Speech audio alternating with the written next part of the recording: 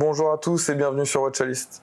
Alors je sais que sur Watchalist on parle souvent de montres qui sont hors budget, qui sont souvent très chères, qu'on pourra jamais se payer, mais on adore ça.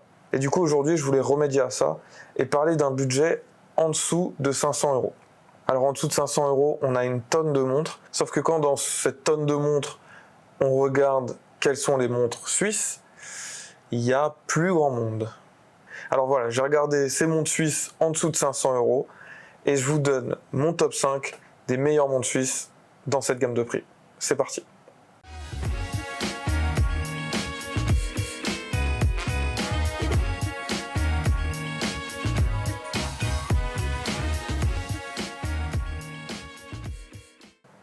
Oui, parce que bon, Watchalist, ils sont gentils avec leur Vacheron Constantin et compagnie, mais faudrait redescendre un peu sur terre là.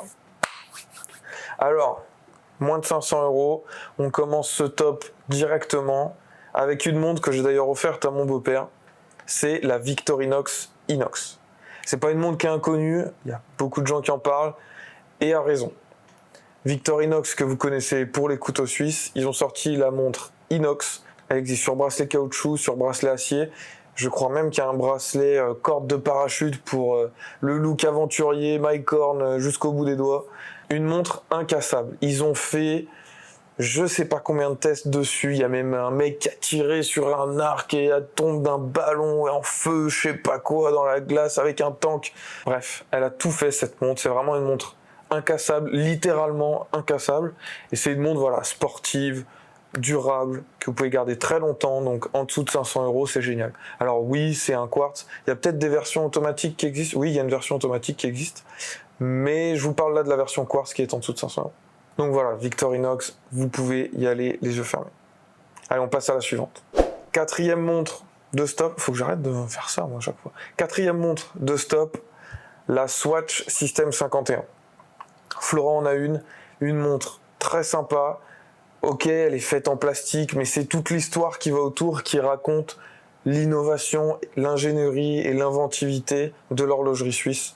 C'est la montre qui témoigne que Swatch est toujours un acteur très très très important de l'horlogerie suisse. Et comme dans les années 70, ils ont sorti la Swatch pour combattre la crise du quartz, ils sont encore dans cette innovation, repousser les limites de l'horlogerie et sortir cette montre, la Swatch System 51, une montre mécanique, automatique, assemblée, fabriquée uniquement par des robots. C'est vraiment une innovation de dingue. Je veux dire, tu rentres dans l'atelier, il y a quelqu'un, il y a un contremaître, quelque chose, non, il y a un robot qui te regarde, non, bah non, c'est que des... non, c'est dingue. À l'époque où cette montre est sortie, en 2013, ça fait quasiment 10 ans déjà. C'était vraiment un phénomène de dingue, tout le monde se l'arrachait, surtout qu'à un moment elle était disponible qu'en Suisse, elle n'était pas encore partout.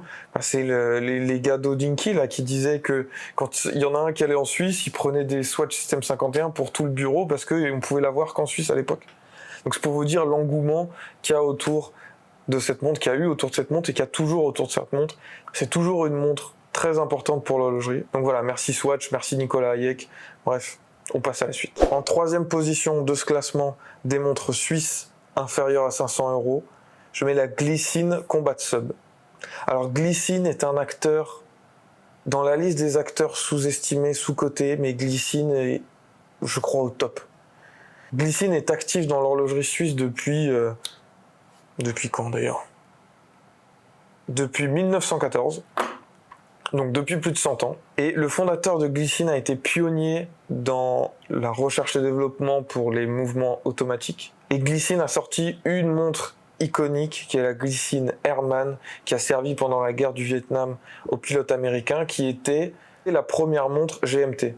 C'est-à-dire que un des gars de Glycine, si c'est pas le fondateur, discute avec un pilote et le pilote lui dit « Tu sais ce qui serait pas mal ?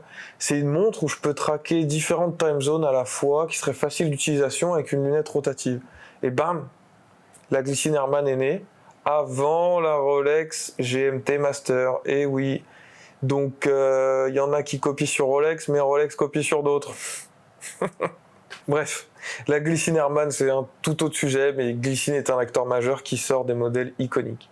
Et là, je vous parle de la Combat Sub, une montre de plongée de Glycine, disponible en dessous de 500 €.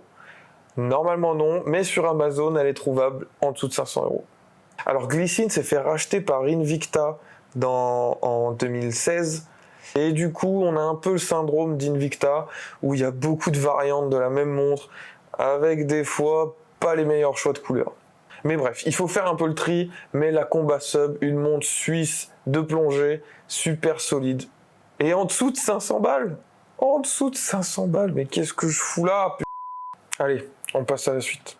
En deuxième position de stop, je mets la Tissot Powermatic 80, la Le Locle. Parce que oui, la Powermatic 80 dont on parle souvent est exceptionnelle, mais elle est au-dessus de 500 €. Donc on oublie, je vous parle de la version Le Locle.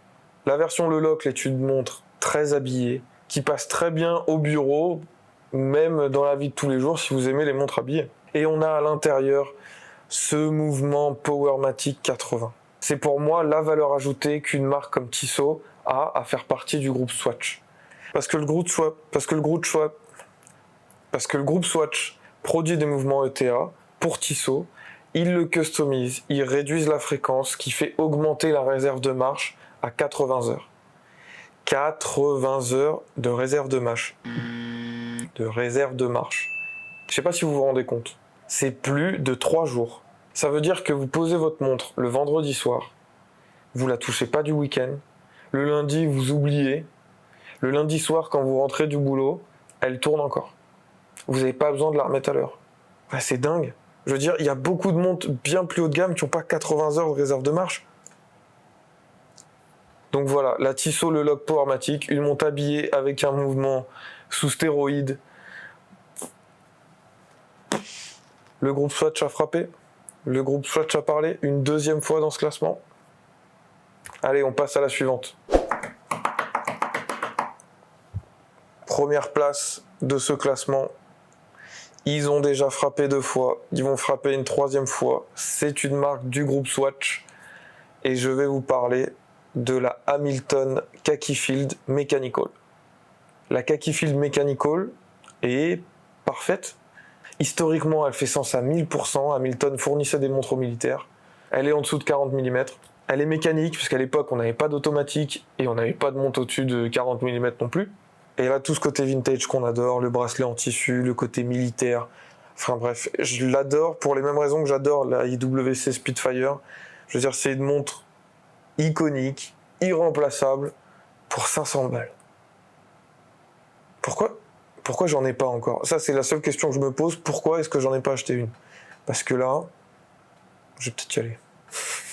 Pour ceux qui connaissent bien l'horlogerie suisse et ses gammes de prix, je pense que tout le monde avait capté que j'allais mettre cette montre en première place de ce classement. C'est normal, c'est évident.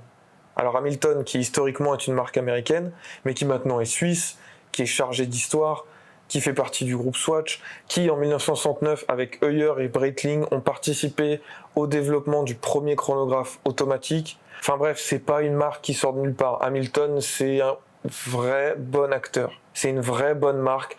Et dans cette gamme de prix, ils sont excellents. Et la Khaki Field Mechanical en est la preuve parfaite.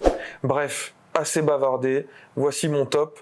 Dites-moi si j'en ai oublié une. Il y a peut-être un truc évident que je passe à côté. J'ai pas l'impression, mais il y a peut-être une montre que vous avez en tête, une montre suisse en dessous de 500 € que j'ai zappé. Mais voici mon classement. Si vous n'avez pas encore de Khaki Field, allez-y. Et bref, voilà. C'est tout. Non, c'est tout. Allez, vidéo suivante. On y va. Ciao.